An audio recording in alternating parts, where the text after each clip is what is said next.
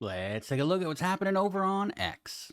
My children came home this week from school complaining, not because school, but because there's pride flags in their teachers' classrooms, water bottles, and my daughter being made to fill out gender forms.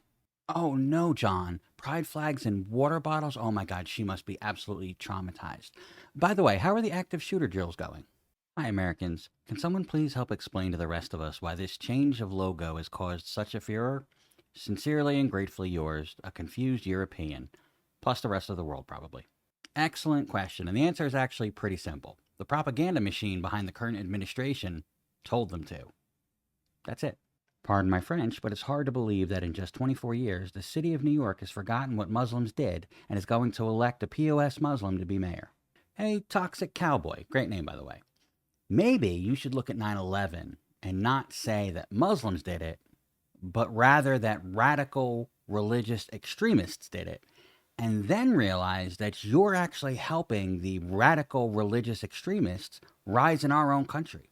Regarding the rebranding of some of America's most popular restaurants, Thriller the Gorilla says, why is this happening? Can I ask you a question? Why does this trigger you guys so much? There's absolutely nothing nefarious going on here. This is simple marketing and brand redesign that these companies are doing. That's it. Mike Lee asks, on a scale of 1 to 10, how likely is it that climate alarmism is being fueled by America's geopolitical adversaries, including the Chinese Communist Party? On a scale of 1 to 10, how likely is it that you were dropped on your head as a child, Mike? Because this is absolutely the dumbest question that I've seen all day. Actor Scott Baio says he risked his acting career to endorse President Trump in 2016 for his daughter. Scott Baio's acting career died in 1990, okay? What you're seeing here is actors trying to regain their relevance by latching on to MAGA and its crowd. Ian Yeager says, I stand with the man that served our country, not the snake oil salesman from California. Ironic that you also stand with the guy that said, ouchie, I have bone spurs, I can't go to Vietnam. Happy 28th birthday to White House Press Secretary Carolyn Levitt. Yes, you read that correctly, 28 years old. That woman has spewed more lies, hatred, and bullshit in 28 years than most people do in an entire lifetime. So, have a day, Carolyn.